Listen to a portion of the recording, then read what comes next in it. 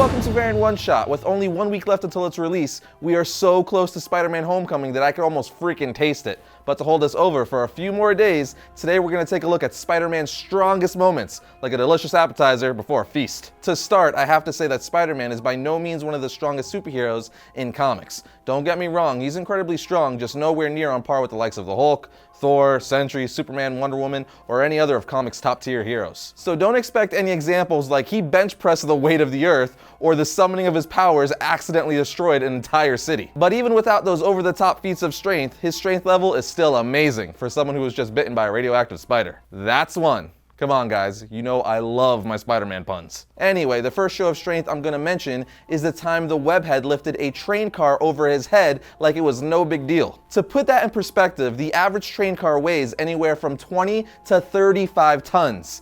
Give or take. To break that down even further, that's somewhere between 40 and 70,000 pounds, and I thought bench pressing 225 was impressive. Next was the time that the Hulk got pissed, as he tends to do, and then threw a car at Spider-Man. But Spider-Man caught it like it was a baseball or something. Spider-Man even said, "Maybe I'm not in your class, Hulky, but a guy with the proportional strength of a spider isn't exactly a wimp either." He of course goes on to joke and say, "I'm just glad you picked a compact car." Again, he may not be nearly as strong as the Hulk, but he's definitely not a pushover. To prove that point even further, everyone knows what adamantium and vibranium is, but the Marvel Universe also has a substance known as carbonadium, which is another nearly indestructible metal. It's actually the same metal that Omega Red's coils are made of, as well as a particular pair of Doc Ock's arms. And during a conflict with Doc Ock, Spider-Man broke free from 4 1-foot-thick carbonadium tentacles. He initially didn't think he had the strength to do it, but when he thought of how the world was counting on him, he went mind over matter and said, "Forget the math, Parker, forget what's possible.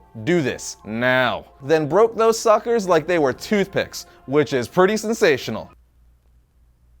Our next example is one of my favorites, simply because of how badass it was. While possessed by Doc Ock, Spidey punched Mac Gargan, aka Scorpion, so hard that it knocked his jaw clean off. Clean off. After which Doc Ock, again occupying Spider-Man's body at the time, says, "Never knew this body held so much power. All these years Parker must have been holding back." And let me tell you, Doc Ock saying that says a lot all by itself, as he's taken many a beating from Spider-Man over the years. Next was the time that Spider-Man was possessed by the Unipower and was given immense power. So much power, in fact, that while fighting the Grey Hulk, he punched him into space and then flew into space to bring him back down to Earth, so Hulk wasn't left up in orbit floating. It was insane. This is easily one of Spider-Man's strongest moments ever, but that's obviously because he was possessed by the Unipower, which made him one of the most powerful beings in the universe for that time. He was even able to take down the Tri-Sentinel and Dragon Man at the time, some of the most powerful androids in the Marvel Universe, which I think we could all agree is pretty spectacular. Hat trick.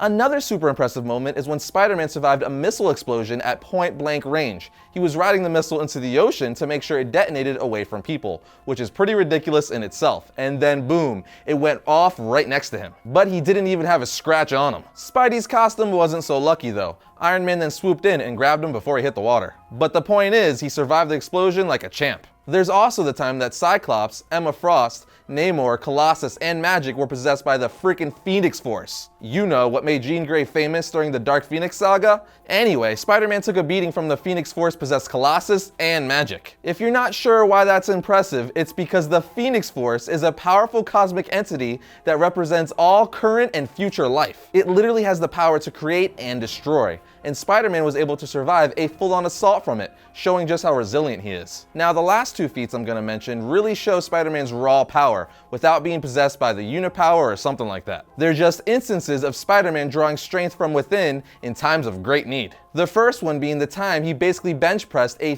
50-ton private jet. The landing gear to the jet gave out, so Spidey had to support the whole weight of the plane to make sure it landed safely. Spider-Man even says landing weight over 75,000 pounds. If it's full on fuel, add another 30 to 40,000. Then there's the thrust. So if you do the math, Spider-Man landed the plane with roughly 57.5 tons on his back. That's pretty much insane by almost any standard. The final example I'm going to mention is one of Spider-Man's most iconic moments in his entire comic history. It's not only a demonstration of his physical strength, but it also showed his true strength of sheer will and determination that he taps into in order to protect the innocent and those he loves. It all happened in a story called The Final Chapter, where Spider-Man is buried in the rubble of the Master Planner's underwater laboratory. With the pressure of the ocean and water rushing in on top of tons of rubble, it was pretty much a guarantee that Spider-Man was a goner.